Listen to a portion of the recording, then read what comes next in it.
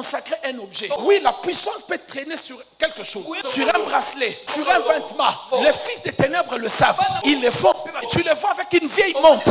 Il ne se sépare jamais avec sa montre. Ce n'est pas une montre, c'est un objet consacré. C'est sa protection. Ça existe. On le fait porter une des amulettes. On lui dit si tu les tires, il ne va pas mourir. Pour qu'il meure, il faut que tu sois nu pour les tirer. Et ça marche. Comment chez nous ça ne va pas marcher? Et ils ne sont pas aussi puissants que nous. Comment ça va marcher? Alléluia. Comment nous mourons aujourd'hui avec le poison alors que la Bible interdit cela? Ma femme m'a entendu prier. J'ai dit à Dieu, si on me tue, ça sera une insulte à ton nom, une insulte à la Bible. Je ne peux pas accepter cela. Parce que tu m'as dit que tu me garderas, tu me protégeras. Et il y a des choses qu'il faut refuser. N'acceptez pas cela. Dieu n'a pas dit cela et je ne veux pas l'accepter. Il n'a pas dit que je serai malade. Je refuse la maladie. Je vais me avec la maladie. Même si je sens la douleur, je dirai à la maladie, tu n'as pas la place ici. Va à Golgotha. C'est là où Jésus a tout porté. Recevez la guérison.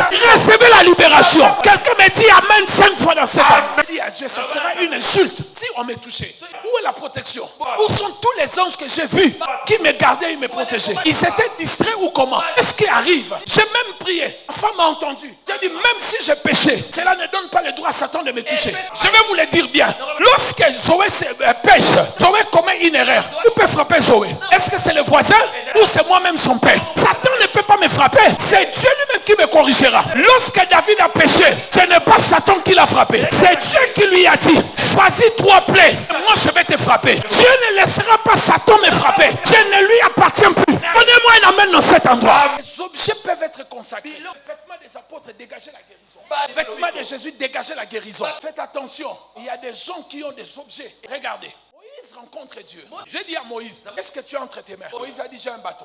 Je lui ai dit quoi? Jette le bâton. Il a jeté. Je lui ai dit quoi? Je prends le bâton. Quand il a repris, c'était quoi? C'était quoi? Le serpent. Amen. Ce n'était plus le bâton. C'est là devenu quoi? Le serpent. Vous savez, en Égypte, les gens faisaient déjà des formules. Des bâtons transformés en serpent. Dans la cour du roi. Ça se faisait déjà. Dieu a dit, Moïse, tu auras besoin de cela. Et Moïse, quand il regarde, il a peur. Et ce qui m'étonne Moïse, m'étonne divinité. Dans Exode 80, la Bible dit, Moïse s'éleva. Il alla en Égypte et il a pris le bâton de l'Éternel.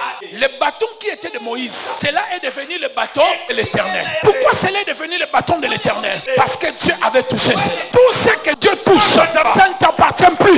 Ça devient quelque chose qui appartient à Dieu. Dieu touchera ta famille aujourd'hui. Dieu touchera ta vie aujourd'hui. Et ta famille deviendra la famille de Dieu. La honte et l'humiliation vous quitteront. Et c'est là au nom de Dieu.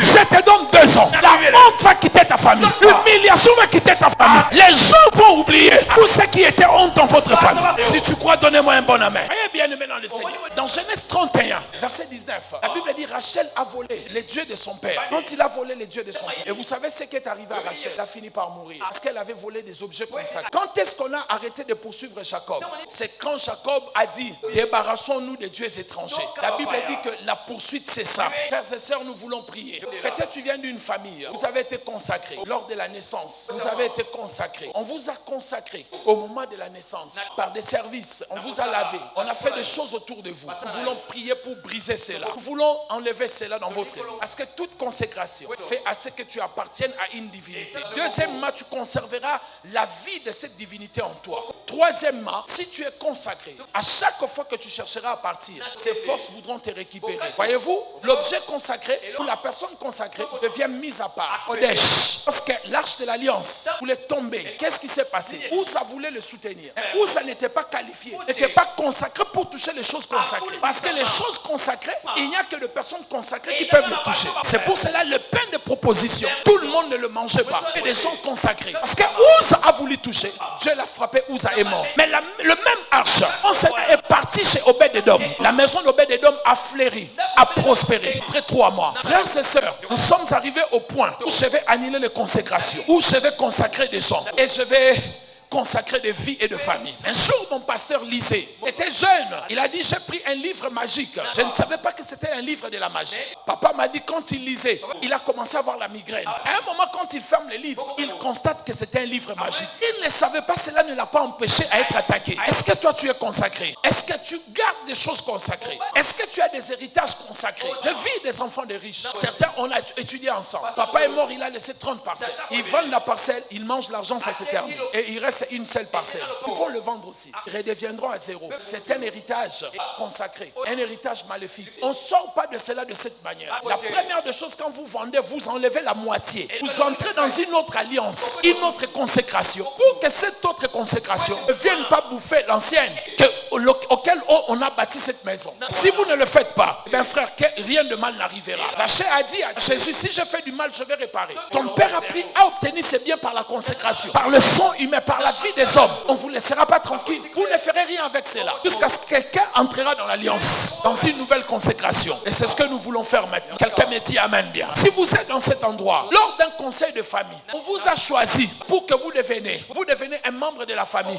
qui va continuer le pouvoir satanique. Aujourd'hui, on va annuler cela. Nous allons te consacrer à Dieu. Il y a des gens qui font des songes. On leur donne la réunion. On leur donne l'argent par les parents qui sont morts. Ce sont des consécrations. Ne les prenez pas. Ne les acceptez pas. Ce sont des alliances. On t'établit chef. Dis que je suis le chef dans le plan de Dieu. C'est toi qui seras le chef de la famille. Les oncles sorciers, dis dans la volonté de Dieu. Parce que tu peux être consacré. Je finis mon message en vous parlant de cette histoire. Il y a quelqu'un qui n'est pas très loin de la famille. Cette personne a été choisie pour être consacré et continuer le pouvoir de la famille. On lui disait, il refusait. Alors une nuit, il dormait. On lui dit, c'est toi qui dois être le chef. Il a dit, non, je ne vais pas. Il dit, bon, comme tu ne veux pas, ouvre la marmite. Ouvre seulement la marmite. Il ouvre la marmite. Quand il regarde, il voit un poulet à l'intérieur. Et quand il a vu le poulet, il s'est réveillé. Il est devenu mioué. Jusqu'à la fin de sa vie, cet homme n'a plus parlé. Il ne parlait seulement à deux conditions. S'il était assis sous l'arbre d'avocat de la parcelle familiale, là, sa bouche s'ouvrait. Et quand un chef coutumier venait, là aussi, sa bouche s'ouvrait. Il a refusé la consécration, mais il n'avait pas la protection divine. Toute consécration, quand on la brise, on doit te consacrer directement à Dieu pour que ces forces-là, quand elles viendront, qu'elles ne te touchent pas.